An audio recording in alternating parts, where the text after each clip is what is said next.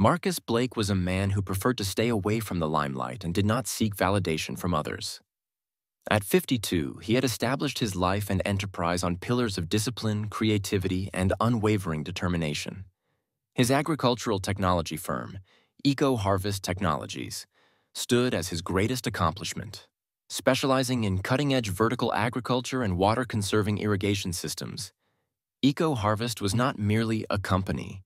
It was his enduring legacy, demonstrating his ability to merge innovative technology with sustainable practices to make a meaningful impact on the world. Situated on an expansive, secluded estate just beyond the city boundaries, his headquarters symbolized self-sufficiency and forward thinking. The estate itself was a feat of engineering. Rows of towering glass structures housed sophisticated hydroponic systems, where vibrant plant life flourished under meticulously adjusted LED lights. Solar panels adorned the rooftops, and a state-of-the-art water recycling facility guaranteed that every drop of water was maximized for reuse. It wasn't simply a farm, it was a bastion of innovation, designed to function autonomously from the city's frequently unreliable infrastructure. For Marcus, this place was his refuge, a sanctuary where the turmoil of the outside world could not reach him. However, this semblance of control was shattered on an ordinary Monday morning. Marcus arrived at the main gate in his dark green pickup truck, a steaming coffee in a reusable mug by his side. The sun was just starting to rise, casting long shadows across the gravel driveway. At first glance, everything appeared as usual. The sleek gate stood tall, the perimeter fencing was intact, and the distant hum of machinery indicated his team was already hard at work. But then, he noticed the vehicles. 3 large white trucks, emblazoned with an official-looking emblem, were parked just inside the property line. Bright orange barricades had been erected around the entrance, and a group of uniformed officials stood in clusters, some holding clipboards and others pacing with purpose. Marcus frowned, gripping the steering wheel tighter as unease settled in his chest. This wasn't a scheduled inspection he had been informed about. He pressed the button to lower his window and leaned out, attempting to get a better view. One of the figures, a sturdy man in his 40s with a military-style haircut, noticed him and gestured in a manner that felt more authoritative than friendly. Marcus cautiously moved the truck forward until it was directly in front of the gate, but before he could speak, the man approached with a clipboard in hand. "Good morning, sir," the man said briskly, without introducing himself. "We are here to perform a compliance inspection on behalf of the local Environmental Oversight Authority. I need you to park your vehicle outside the perimeter and step out." Marcus blinked in confusion. "Compliance inspection? I wasn't notified of any inspection." The man remained unfazed. "Notice was issued through the proper channels last week. If you didn't receive it, I suggest you contact the office. For now, this area is restricted while we conduct our work." Marcus's jaw tightened. He didn't appreciate being spoken to this way, especially on his own property. "This is private land," he stated firmly. "I haven't authorized any inspection, and I certainly didn't grant access to your team." The man's expression remained unchanged, though a hint of impatience flickered in his eyes. "Mr. Blake, your property is subject to recent regulatory updates concerning agricultural sites.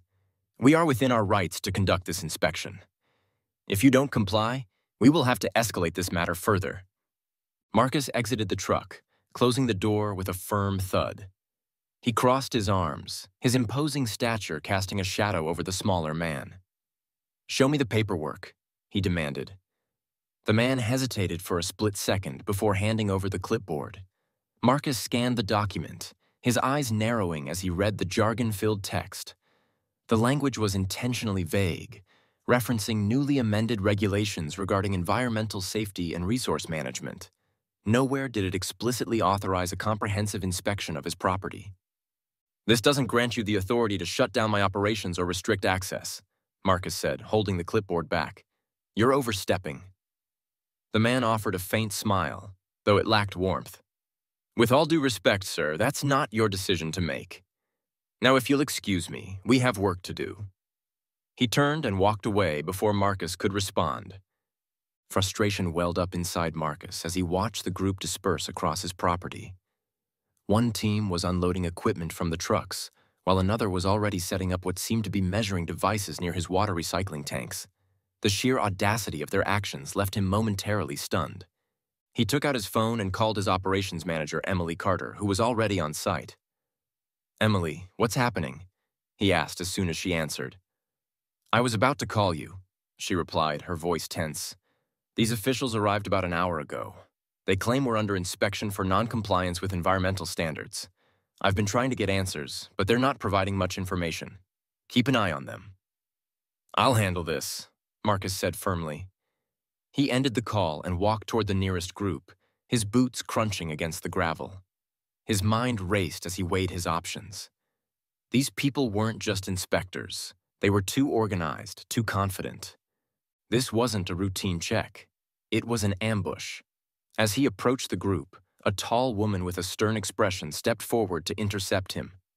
"Mr. Blake, I'm Olivia Bennett, the lead supervisor for this inspection. I understand you have concerns, but I assure you everything we're doing is in accordance with the law." "Law?" Marcus shot back. "You think legal jargon gives you the right to trespass on my property? I want this shut down immediately." Olivia smiled thinly, though there was a hard edge in her eyes. "With all due respect, Mr. Blake, that's not how this works. You're welcome to consult your legal counsel, but until then, I suggest you let us do our job." Marcus clenched his fists, the gravity of the situation weighing heavily on him. This wasn't just about compliance or regulations. Something far more calculated was at play, and he was determined to uncover it. Marcus spent the next several hours trying to gather his thoughts and make sense of the unfolding events.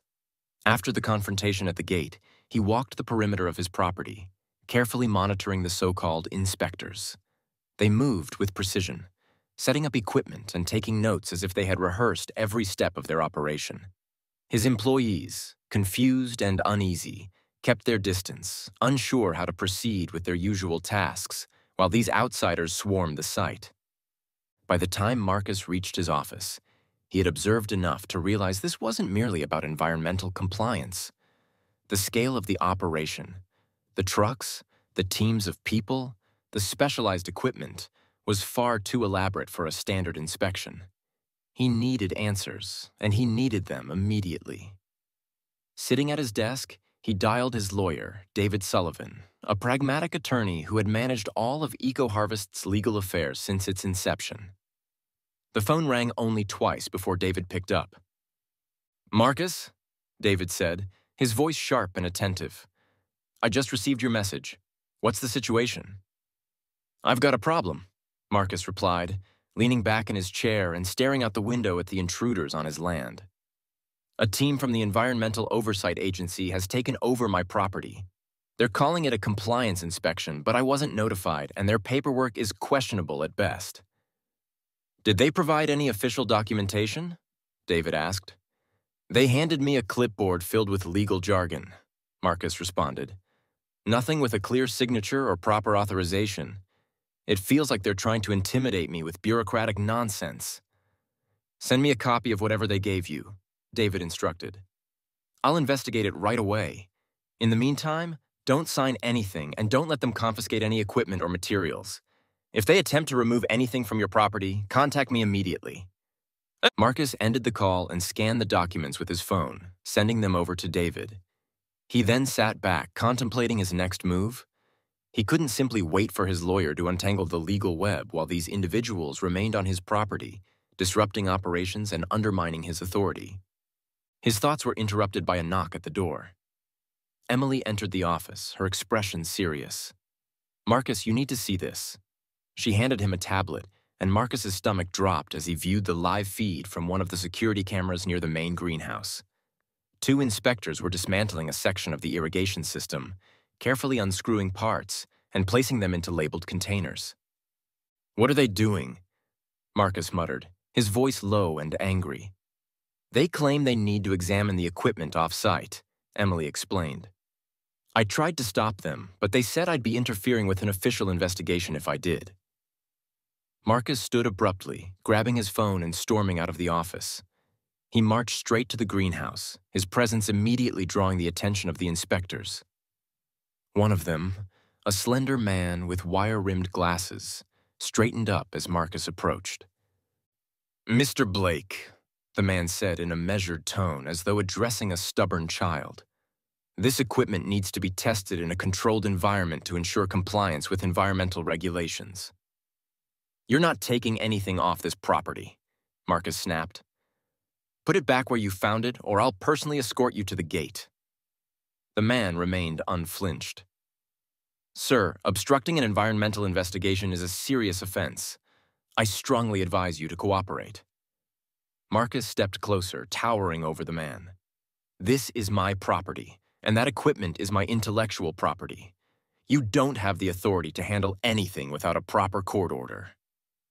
Before the man could respond, Olivia Bennett appeared, her calm demeanor as infuriating as ever. "Mr. Blake, let's not escalate this unnecessarily," she said. "We're simply doing our job, and we have every legal right to conduct this inspection. If you'd like, we can review the regulations together." "Spare me the lecture," Marcus retorted.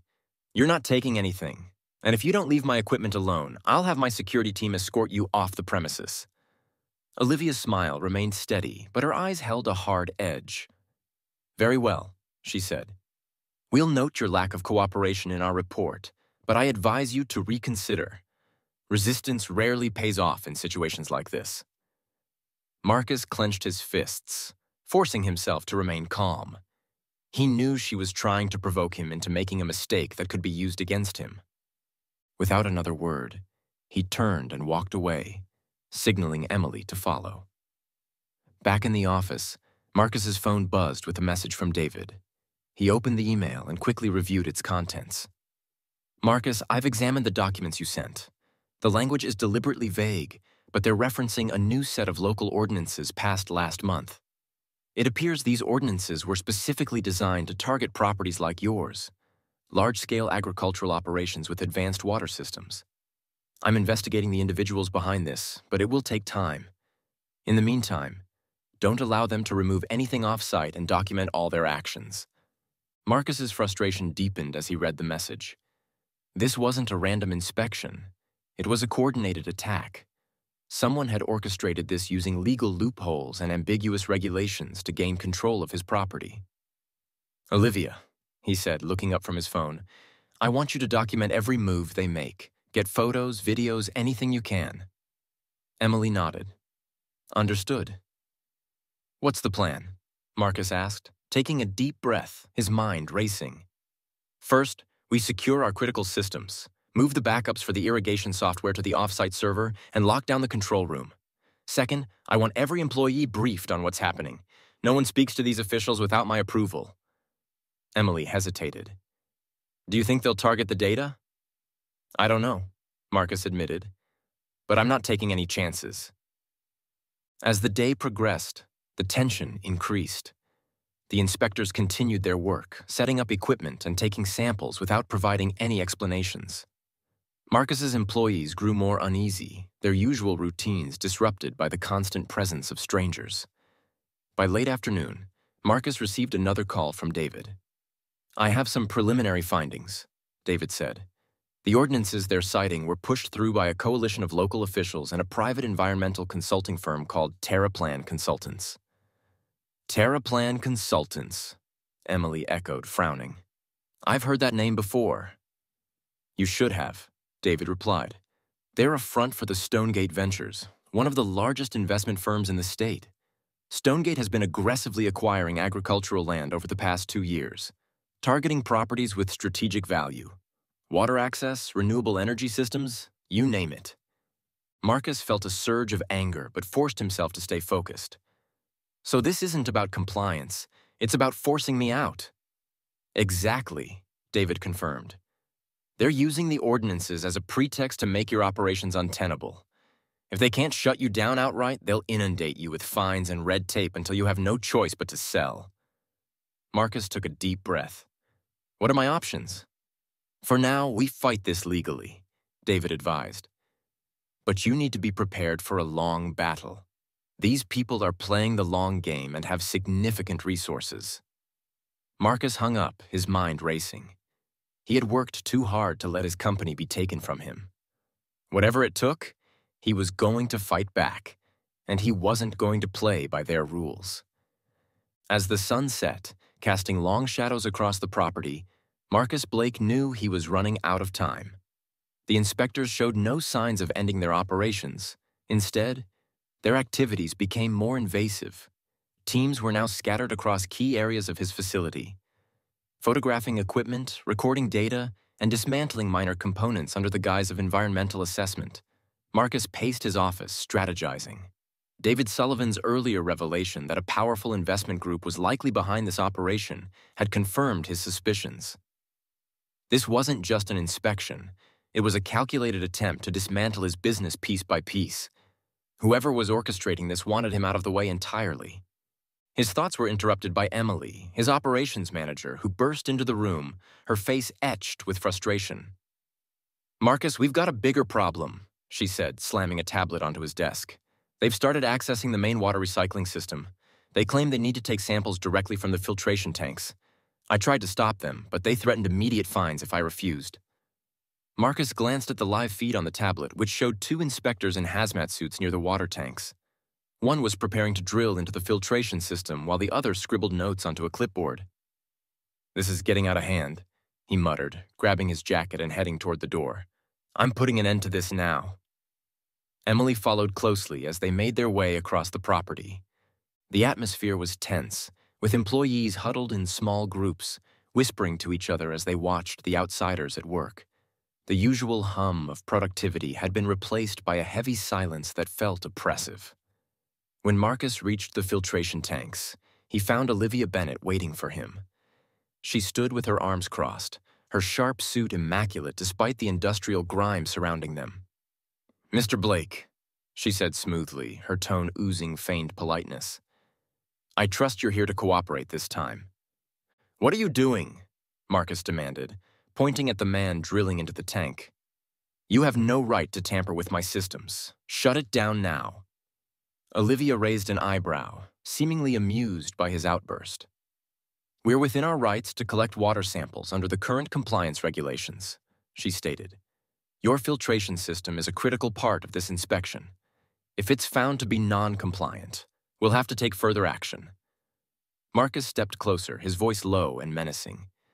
"If you damage that system, you'll be personally responsible for replacing it, and I'll ensure the courts hear about every single violation you've committed today."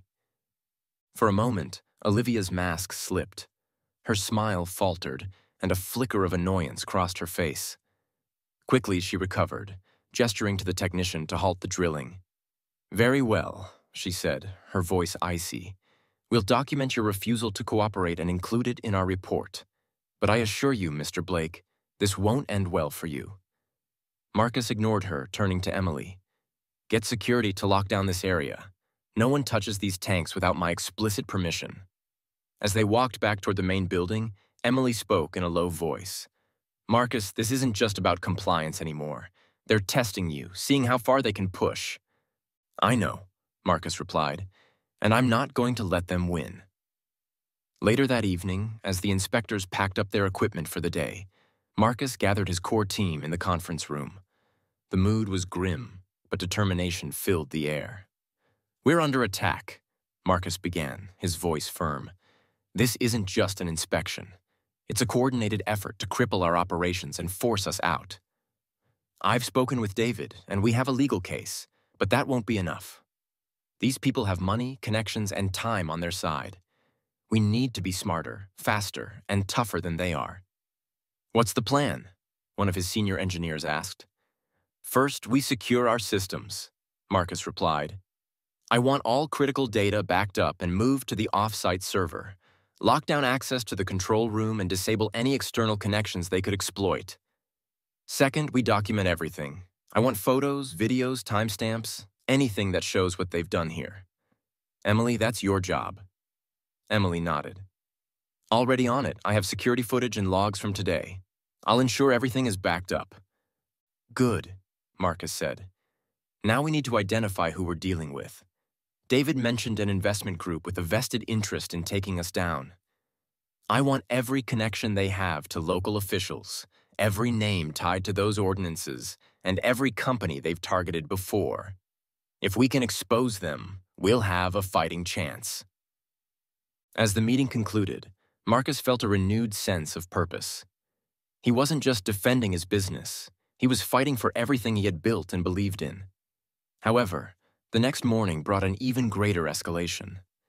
When Marcus arrived at the property, he discovered that the barricades from the previous day had been replaced with heavy-duty fencing. Signs warning of restricted access were posted every few feet, and a new team of inspectors was already at work. One of them approached Marcus as he exited his truck, handing him an envelope with a red seal. "This is a cease and desist order," the man said curtly. "Effective immediately. All operations on this property are suspended pending further investigation." Marcus tore open the envelope, scanning the document inside. The order cited vague claims of environmental violations and safety concerns, clearly another tactic to force him into submission. "This is nonsense," he said, crumpling the paper in his hand. "I suggest you take it seriously. Failure to comply will result in fines and potential legal action," the man replied. Marcus clenched his jaw, fighting the urge to lash out. He knew this was exactly what they wanted, to make him lose control and commit a mistake they could exploit. Instead, he took a deep breath and turned to Emily, who had just arrived. "Get David on the phone," he ordered. "I want an emergency injunction filed today and contact security. No one enters or exits without my approval." As the day progressed, the tension escalated. Employees began receiving calls from anonymous numbers offering incentives to leave EcoHarvest and seek other opportunities. Some of the younger staff, already shaken by the inspector's presence, started to waver. By late afternoon, Marcus received another alarming update. One of his engineers, Noah Parker, had discovered that several key pieces of equipment had been tagged with tracking devices, hidden beneath panels and out of sight. "They're watching us," Emily reported, her voice filled with quiet anger. Marcus nodded, his expression hardening. "Then it's time we watched them back." That night, Marcus stayed late, reviewing every piece of information his team had gathered. The evidence was mounting, but so was the pressure. He knew the coming days would push him to his limits. But if they thought they could intimidate him, they were sorely mistaken. This was his land, his company, and his fight, and Marcus Blake was a man who never backed down. 3 days had passed since the so-called inspectors invaded his property, disrupting operations, tagging equipment, and unsettling his employees. The once thriving hub of innovation at EcoHarvest Technologies now felt more like a besieged fortress. Every corner of the estate was monitored, every move scrutinized, and every action questioned by the outsiders who acted as though they owned the place. The injunction filed by his lawyer, David Sullivan, had bought some time, temporarily halting the inspectors' most aggressive actions, but it hadn't stopped them entirely. They continued to linger on the outskirts of the facility, conducting what they called observational assessments and documenting every inch of the land. Meanwhile, the cease and desist order still loomed, preventing Marcus from resuming normal operations. It was a calculated move, applying just enough pressure to drain the business without crossing into outright illegality. As he reviewed the latest report from Emily, his operations manager, Marcus's mind buzzed with questions. Who were these people? What did they truly want? And why had they gone to such lengths to target him specifically? The answers remained frustratingly elusive, but one thing was clear. This wasn't just about compliance or environmental concerns. This was personal. Emily entered the room without knocking, her tablet in hand and a determined look on her face. "Marcus, you need to see this," she said, placing the tablet on his desk. The screen displayed a series of photos taken by the security team the previous night. At first glance, they appeared to be innocuous, grainy images of inspectors moving equipment or setting up devices. But Emily zoomed in on one particular shot and Marcus's eyes narrowed. The photo showed 2 inspectors standing near the main water recycling tanks. One held what seemed to be a standard environmental sensor, while the other was crouched low, adjusting something metallic that blended into the gravel. "What is that?" Marcus asked, leaning closer. "We're not entirely sure," Emily replied, "but one of the guards found a similar device buried near the western perimeter this morning. It's some kind of high-frequency transmitter, likely used for real-time data collection. Marcus's jaw tightened. So they're not just inspecting us, they're spying on us. It gets worse, Emily said, swiping to another image. This one shows a drone hovering over the property, its dark silhouette barely visible against the night sky. We've confirmed at least 2 drones conducting aerial surveys. They're mapping the entire estate. A cold knot formed in Marcus's stomach. This wasn't an inspection. It was reconnaissance. Someone was gathering detailed information about EcoHarvest's layout, infrastructure, and operations. But for what purpose? Before he could ponder further, his phone buzzed with an incoming call from David. Marcus put the phone on speaker and gestured for Emily to stay. "David," he said, "tell me you've got good news." "Depends on how you define good," David replied, his tone clipped. "I've been digging into the ordinances they're using to justify this operation. They were pushed through by a coalition of local officials and a private consulting firm called Terraplan Consultants." "Terraplan Consultants," Emily echoed, frowning. "I've heard that name before." "You should have," David said. "They're a front for the Stonegate Ventures, one of the largest investment firms in the state. Stonegate has been aggressively acquiring agricultural land over the past 2 years, targeting properties with strategic value. Water access, renewable energy systems, you name it." Marcus felt his blood run cold. "The pieces are finally falling into place. So this is about the land," he said. "They're trying to force me out so they can take over." "Exactly," David confirmed. "Stonegate uses Terraplan Consultants to create regulatory pressure on their targets, making it impossible for owners to operate. Once the business is crippled, they swoop in with lowball offers to buy the property. It's efficient, ruthless, and technically legal, at least on paper." "Not this time," Marcus declared, his voice steely. "I'm not selling. I don't care what it takes." "That's the spirit," David replied. "But you need to be smart about this. I've filed a request to review their permits, but it'll take time to go through the courts. In the meantime, document everything. If we can prove they're overstepping their bounds, we'll have a case for damages," David added. After ending the call, Marcus sat in silence for a moment, processing the implications. Stonegate wasn't just a competitor. They were predators, systematically dismantling businesses like his to expand their own empire. And now they had set their sights on EcoHarvest. Determined not to let them win, Marcus convened a meeting with his senior team that afternoon. The mood was tense, but his determination was contagious. "Here's the plan," he began. "First, we're going to secure every critical system on this property. Emily, I want the E-team to conduct a full sweep for any additional transmitters or devices, lock down our servers, and encrypt all sensitive data. Second, we need a complete inventory of our equipment. If anything has been tampered with, I want to know immediately." Emily nodded, already taking notes. "What about the drones?" she asked. "I'll handle that," Marcus responded. "We have a few counter-surveillance tools in storage. It's time to put them to use." The next few hours were a whirlwind of activity as Marcus's team mobilized to implement his plan. Meanwhile, Marcus focused on the drones. He retrieved a portable signal jammer from the storage shed, a piece of equipment he had acquired years ago but never thought he'd actually need. That evening, as the sun set below the horizon, Marcus stood on the roof of the main building, the signal jammer in hand. Sure enough, the drones returned, their faint hum barely audible over the rustling of the trees. Marcus activated the jammer, watching with grim satisfaction as one of the drones abruptly veered off course and crashed into the nearby woods. It was a small victory, but it gave him a sense of control in an increasingly chaotic situation.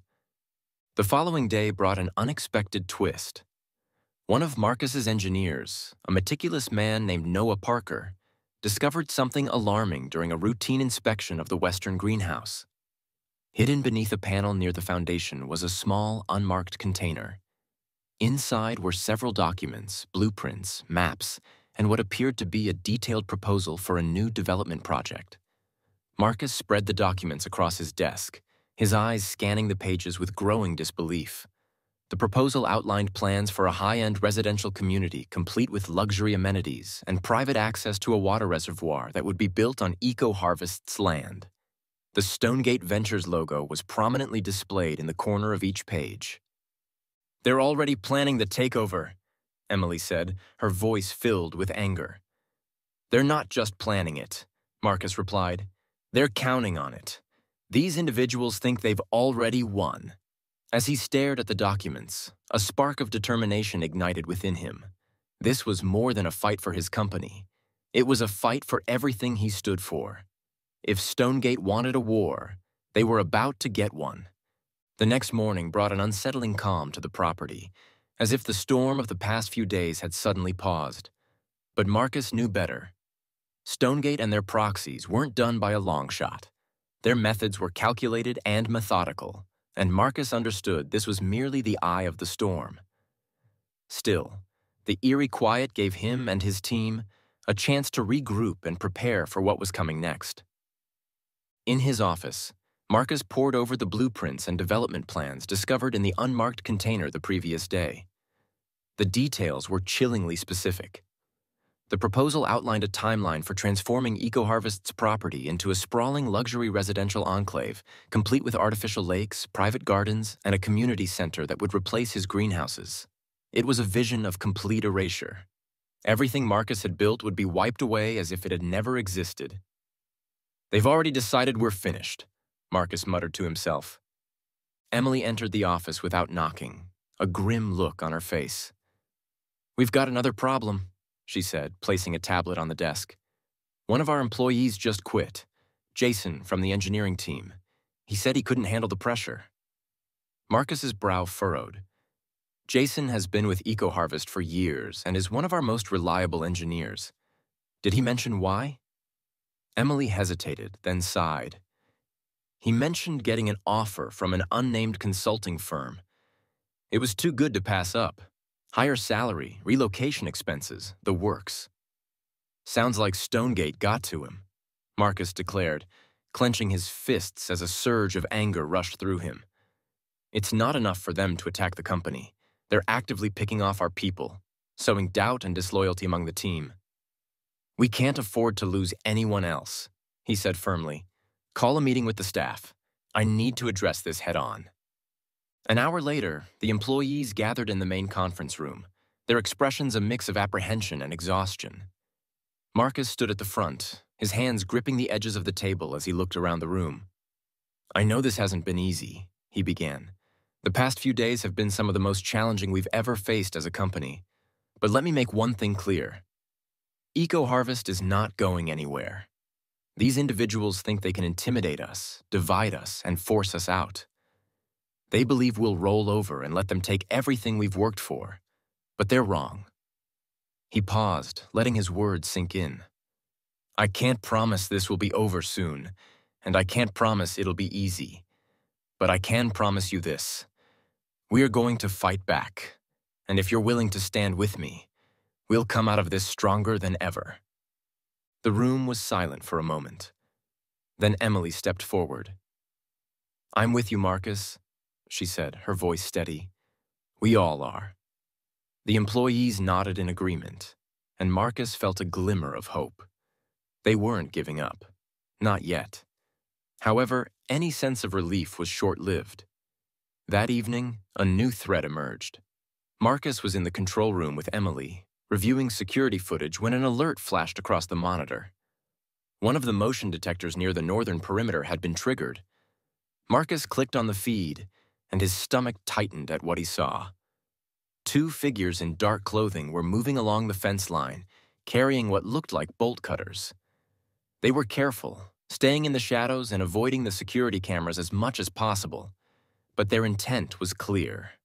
They were trying to break in. Marcus grabbed his phone and called the head of security, James Turner. "We've got intruders on the north side," he said. "Take a team and intercept them. I want them caught, not scared off." Within minutes, James and two guards were on the move. Marcus and Emily watched the live feed as the security team approached the intruders, using the cover of darkness to their advantage. The figures were focused on cutting through the fence and didn't notice the guards until it was too late. James and his team moved in swiftly, subduing the intruders without a struggle. When the guards brought them back to the main building, Marcus got his first look at them. Two young men, both in their 20s, dressed in black tactical gear. They refused to answer any questions, remaining silent as the guards searched them. Emily pulled a phone from one of their pockets and handed it to Marcus. "Let's see who sent them," she said.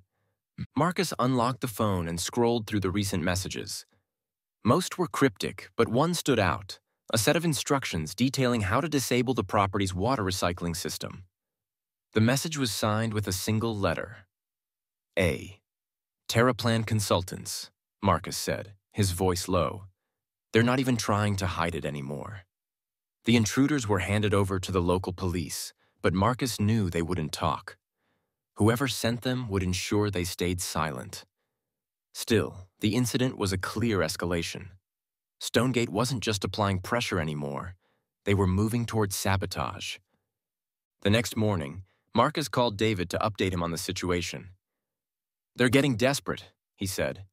"They sent people onto my property last night to try to disable the water system." David sighed. "That's a bold move, even for them. Did you get any evidence?" "We caught the intruders and found instructions on their phone," Marcus replied.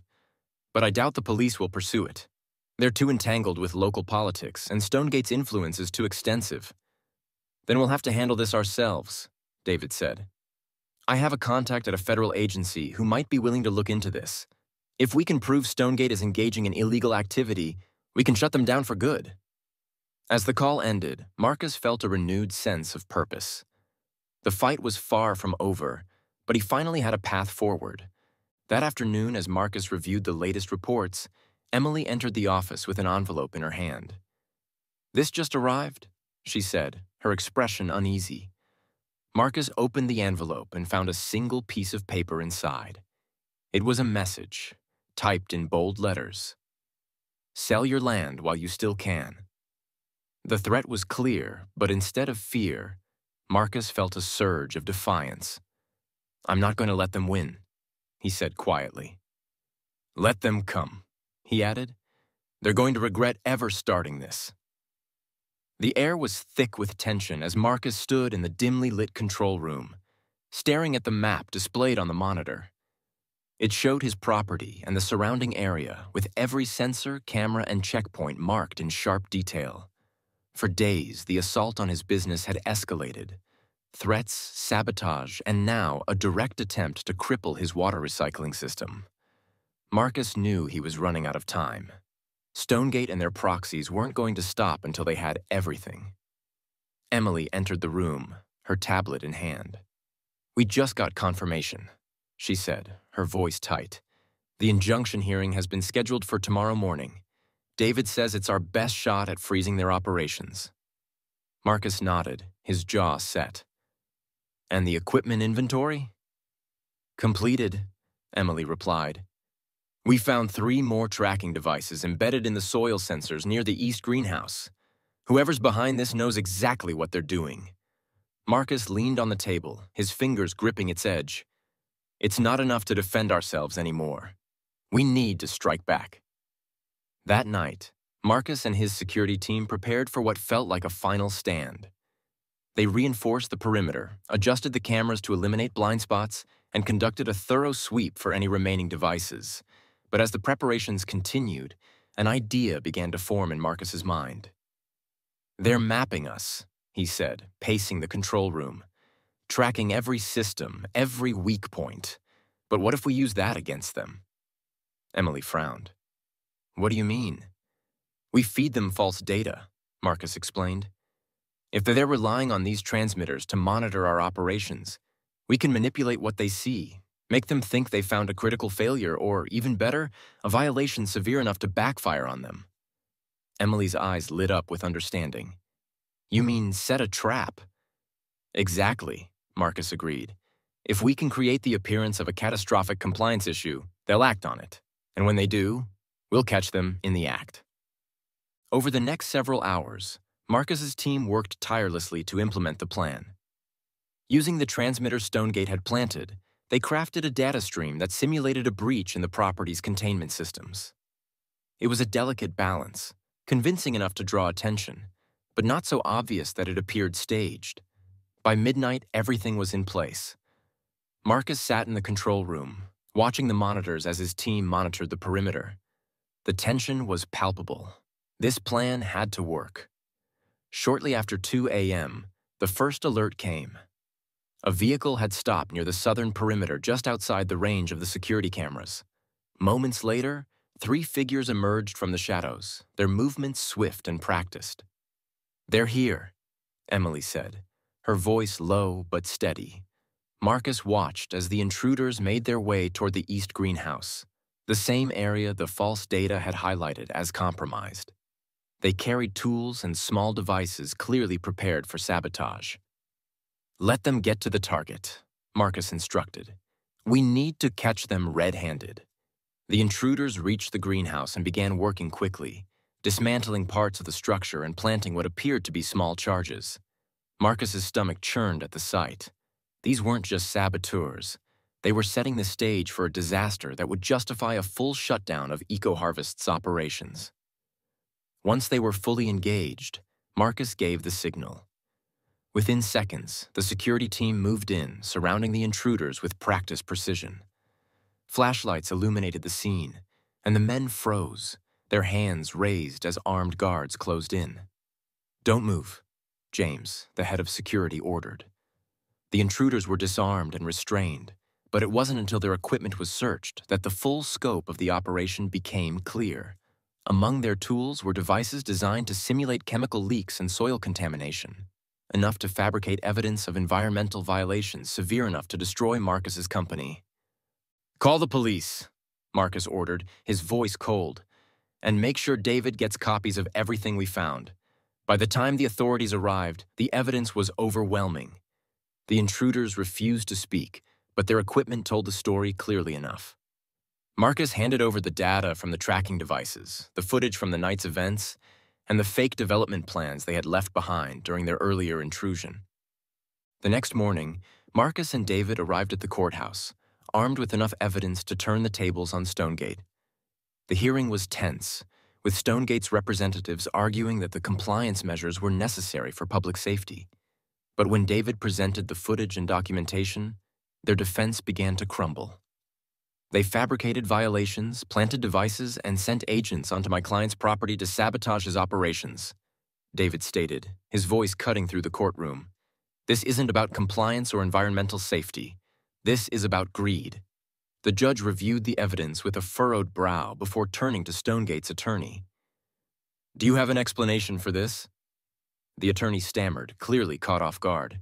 We were following standard procedures." "Standard procedures don't include sabotage and planting false evidence," the judge interrupted.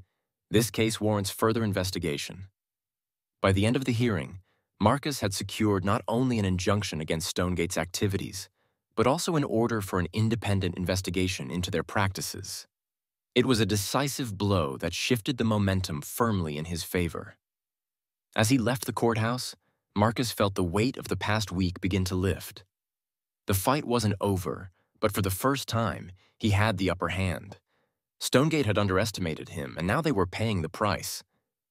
"This isn't just about winning," he said to David as they walked to the car. "It's about ensuring they can't do this to anyone else." David nodded. "And that's exactly what we'll do." The days following the hearing were a whirlwind of activity. Marcus Blake had won a critical battle, but the war was far from over. The injunction against Stonegate meant the immediate pressure on EcoHarvest had eased, and the independent investigation into their practices had sent shockwaves through their carefully constructed facade. Still, Marcus knew Stonegate wouldn't retreat quietly. Corporations like Stonegate didn't admit defeat. They adapted, regrouped, and struck back harder. Back at EcoHarvest, the atmosphere was cautious but hopeful. Employees who had been on edge for weeks now walked the grounds with a renewed sense of purpose. The constant presence of saboteurs and inspectors had lifted, and operations were beginning to return to normal. Yet the scars of the conflict were still visible. Dismantled equipment, reinforced fences, and tightened security measures were stark reminders of the battle they had fought. Marcus gathered his senior team in the conference room for a final debrief. "We've taken the first step," he began, his tone resolute. "The injunction gives us room to breathe, and the investigation into Stonegate will expose their methods. But make no mistake, this isn't over. We need to stay vigilant." Emily, seated to his right, nodded. "We've implemented a comprehensive security protocol. Every system is being monitored in real time, and all employees are undergoing additional training on how to handle potential threats." "Good," Marcus said. "But we can't just play defense. If we want to protect EcoHarvest long-term, we need to take the fight to them." The team discussed plans to expand EcoHarvest's influence and partnerships. By aligning with other independent agricultural companies and environmental organizations, they could create a network strong enough to resist corporate predators like Stonegate. It wasn't just about protecting EcoHarvest anymore. It was about setting an example and helping others stand up to similar threats.